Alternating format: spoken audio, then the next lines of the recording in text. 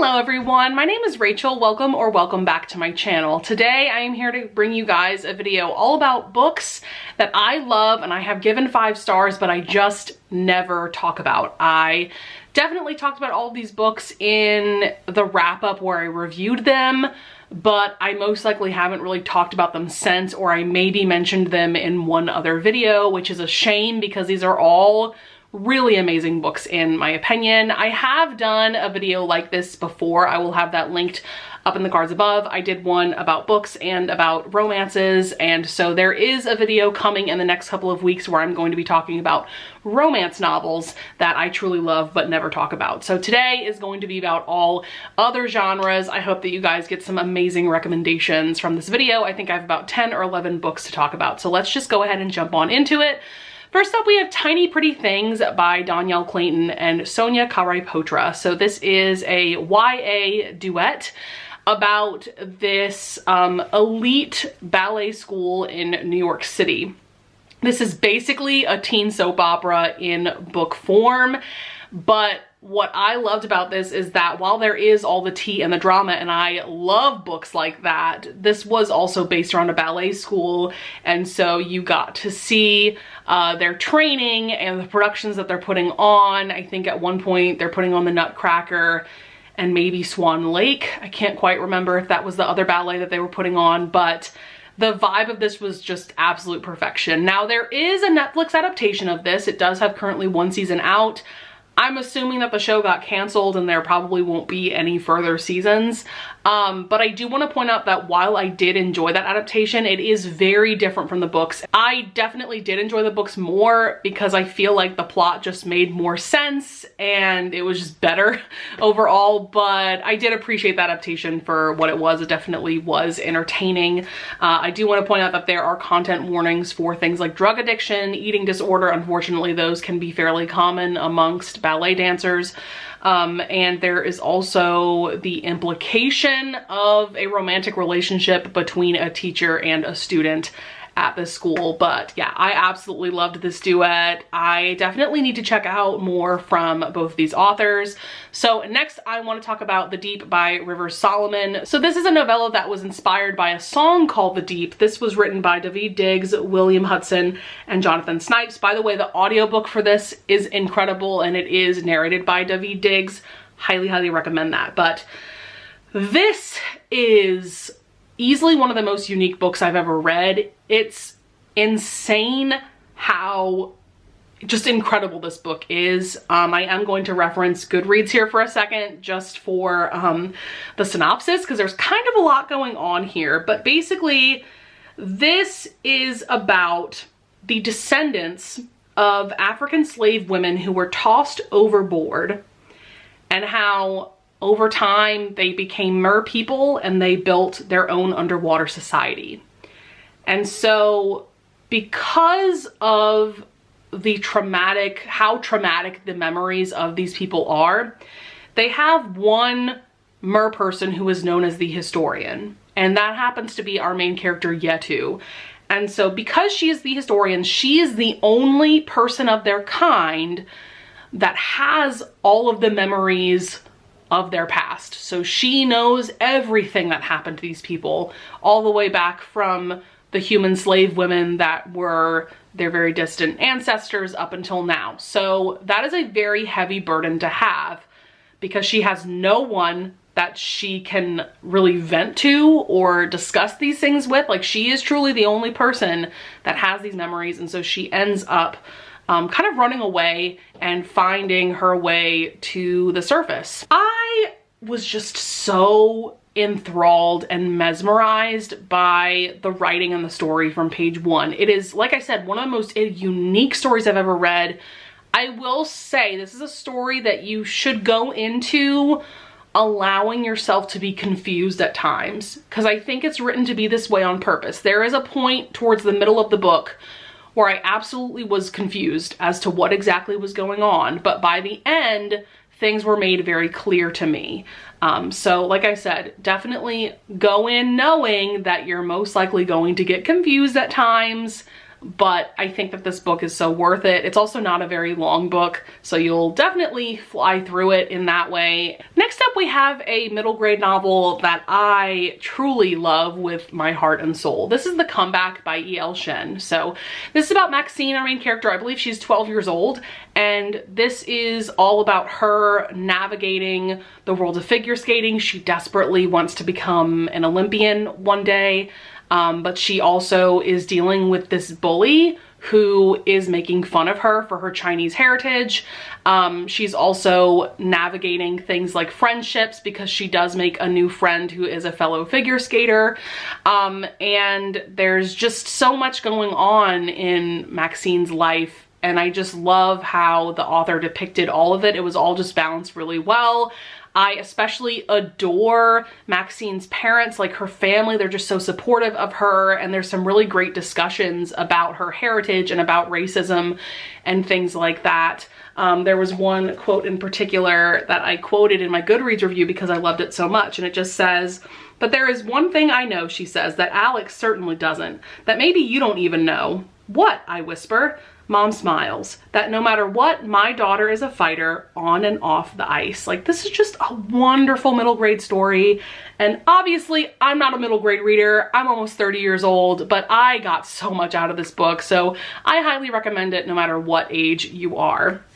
So next up, we have If I'm Being Honest by Emily Wibberley and Osman Sigmund Broca. So this one is about Cameron, our main character, and she is known as a bitch amongst all of her high school classmates. Like, not many people like her. And so she ends up like putting her foot in her mouth towards her crush. And so her crush is definitely put off by her now. And so she decides to tame herself. And one of the things that she does to tame herself is she wants to apologize to all the people that she's wronged. And one of those people is, I gotta look up his name. Let's see, Brendan. So I think she bullied Brendan when they were younger. He's definitely kind of a nerd. He's very much into science and things like that. And so they end up becoming friends and maybe something more throughout this book. I loved this so much. I didn't expect to love it as much as I did just because I read the first book in this series and I liked it, but I didn't absolutely love it. And so this one took me quite by surprise. But I do think that with any Taming of the Shrew retellings, I tend to relate a little too much to the main characters. And so I did relate to Cameron a lot, and I loved her journey and the grand gesture that she does for Brendan at the end, because of course she fucks up their relationship.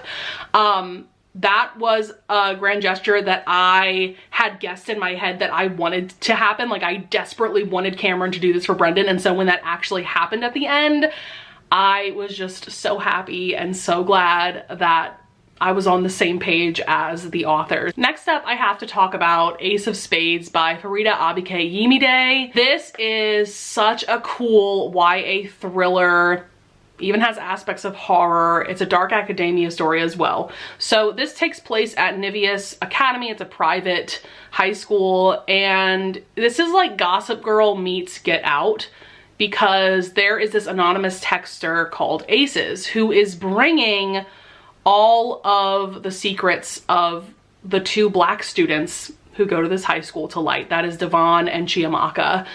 And so now these students end up becoming friends because they're trying to figure out who the hell this Aces person is and why they're after them.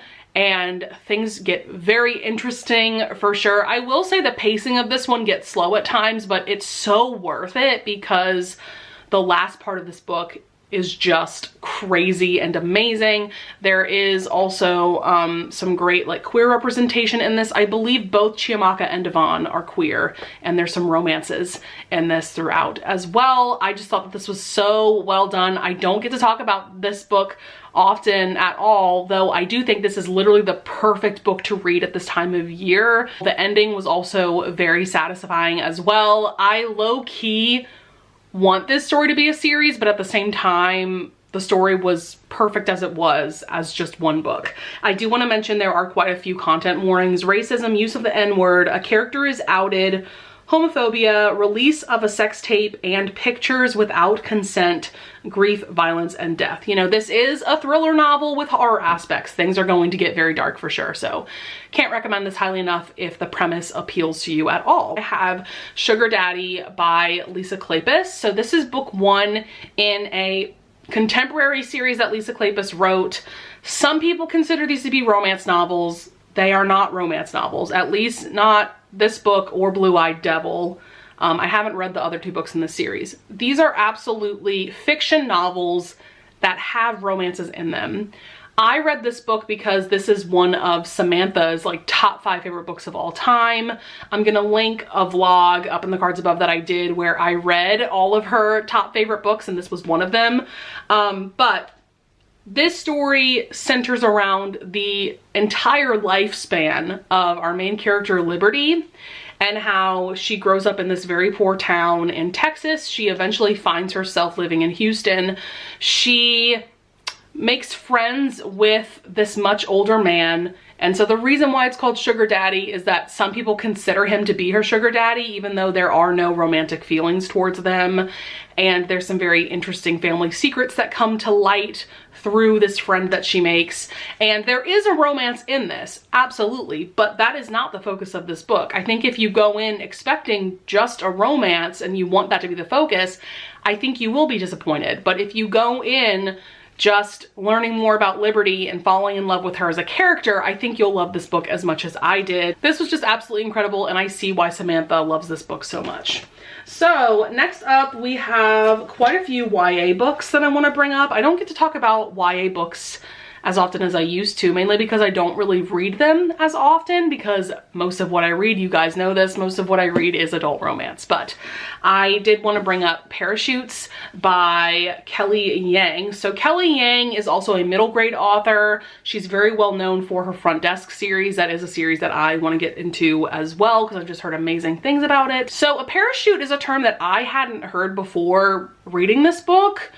But it is a teenager who is dropped off to live in a private home to study in the United States while their wealthy parents remain in Asia. And so I didn't know this, but apparently it's very common for Asian parents to send their teenagers to like go to high school. I knew about like foreign exchange students in college, but parachutes are mainly like teenagers. So basically we have Claire, one of our main characters. She never thought she'd be one of them, but her parents sent her from Shanghai to a stranger's house in California, and that stranger's house is Danny, our other main character. So she is now Claire's new host sister. And so this is the story of their friendship.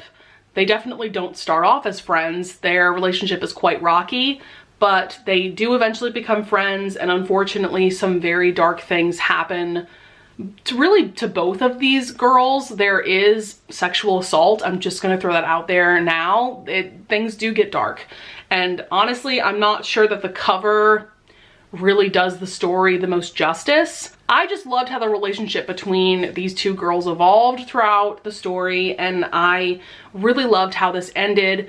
It really is a great exploration of things like race and class and power dynamics, and it's just very well done, very well written. I think that Kelly Yang just recently came out with another new young adult novel, so I'm definitely going to be checking that book out as well. Next up, we have A Good Girl's Guide to Murder by Holly Jackson. This is a YA thriller mystery trilogy. So we have our main character, Pip, and let me just throw out there, things get very dark in this series. Once again, this is a thriller series, so like, get ready. But basically, there was this case in their small town some years back where this very popular girl, Andy, was murdered by her boyfriend, Sal, and then he ended up committing suicide. At least that's what everyone in the town believes, but Pip doesn't think that that's actually what happened. And so for her final project, her senior project, she decides to reopen this cold case, and I think there's kind of like a podcast element to this as well, because that's kind of how she documents her findings, is like through audio recordings and things like that. And so this is just a really well done series. There's a different case going on in each of the 3 books.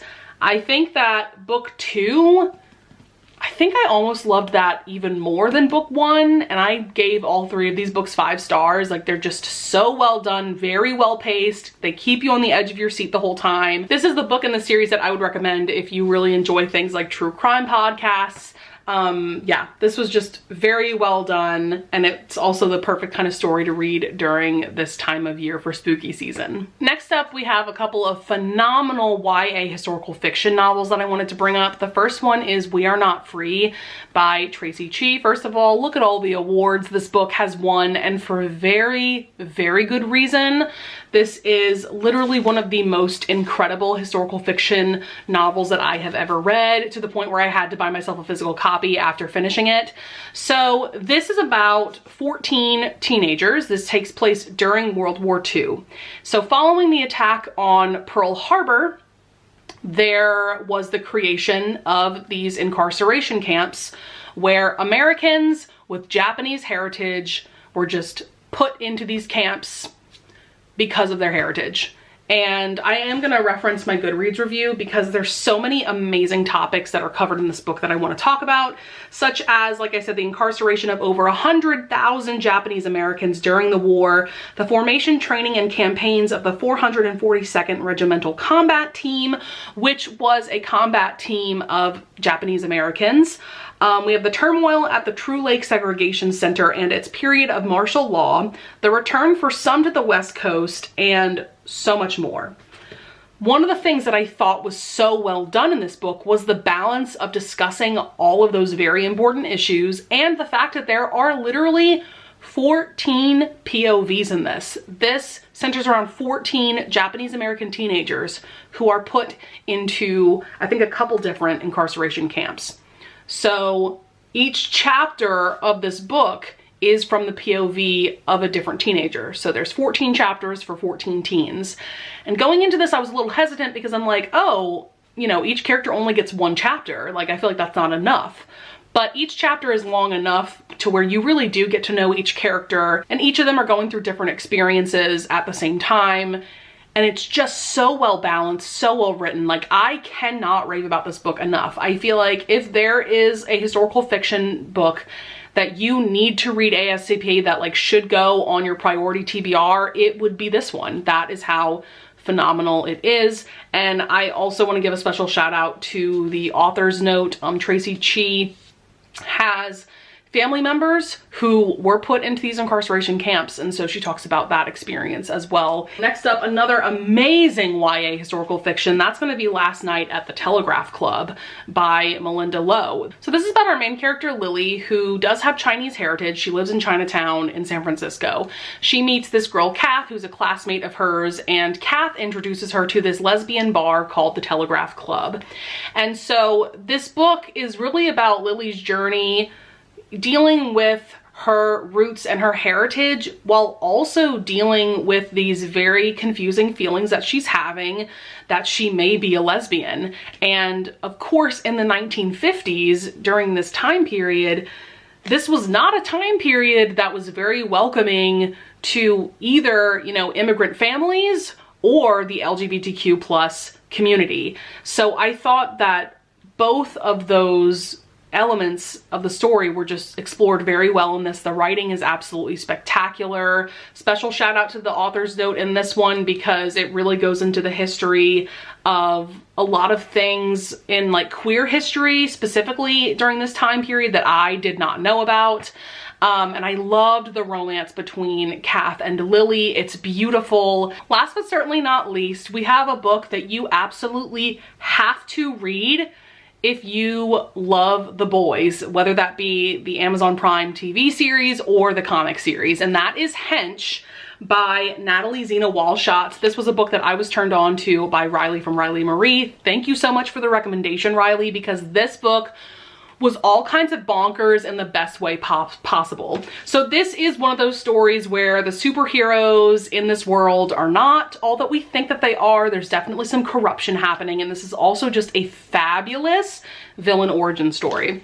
So we have our main character, Anna, and she is someone that takes temp jobs working for villains and supervillains.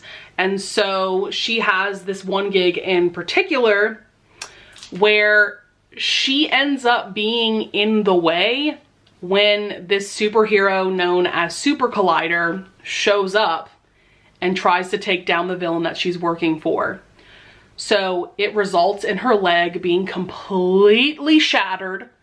And so she is not doing well. There's definitely a lot of rehab going into that, and I don't think she's ever going to get full mobility of her leg ever again. So I think she does walk with a cane. And so now she's basically hell-bent on revenge against the superhero that gravely injured her. And so she ends up working for the supervillain that is this hero's arch nemesis. And so her team, they end up creating scenarios that will essentially drive these different superheroes crazy enough to where they will snap and they'll show the world who they truly are, because a lot of these heroes are very corrupt. And so some of them are like very small pranks that are really funny and entertaining, and then some of the situations that she comes up with are a lot more than that. And man, the final showdown in this book, oh my God. This book, like I said, got so bonkers and crazy beyond my wildest imagination. Like, I could not have predicted how this book ended up. Wow. Like I said, just a fabulous villain origin story. I can't recommend it highly enough. Definitely has a very unique vibe to it. So that is going to be it for the 10 or so books that I truly love that I don't get to talk about nearly enough. I hope that you guys enjoyed this video and that you guys got some recommendations. I would love it if you would leave a like and subscribe, and I thank you so much in advance if you do, and I will see you guys in the next video. Bye!